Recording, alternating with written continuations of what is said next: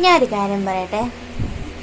ഇപ്പോൾ ഭാര്യ ഭർത്താവ് തല്ല് കൂടുമ്പോൾ സ്ഥിരം കേൾക്കുന്നൊരു ഡയലോഗാണ്.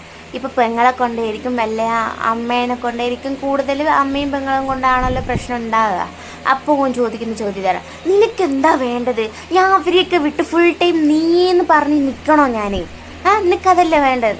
ഒരിക്കലല്ലടോ. ഞങ്ങൾ അങ്ങനെയല്ല പറയുന്നത്. നിങ്ങളെ ഫ്രണ്ട്സിൻ്റെ കൂടെയോ അല്ല നിങ്ങളെ ഉമ്മാടെ ഉപ്പാടെ ആരെ കൂടെയോ നിങ്ങൾ നിൽക്കുന്നതിനോ അല്ലെ സൗഹൃദം കൂടുന്നതിനോ ഞങ്ങൾക്കൊരു പ്രശ്നവും ഇല്ല. പക്ഷേ ഈ 4 വിരലില്ലേ, ഈ 4 വിരൽ, അതായത് ഉമ്മ ഉപ്പ പെങ്ങൾ കൂട്ടുകാർ, ഈ 4 വിരൽ പോലെ തന്നെ കൂടെ 5ാമത്തെ ഒരു വിരലായിട്ട് വരുന്ന ഒരു ബന്ധമാണ് ഞങ്ങൾ. അപ്പം ഈ 4 വിരലും മുറുക്കെ പിടിക്കുന്ന പോലെ ഞങ്ങളെയും കൂടി ഒന്ന് പിടിക്കുന്നു മാത്രമേ ഞങ്ങൾ പറയുന്നുള്ളൂ. കൂടുതലൊന്നും വേണ്ടടോ.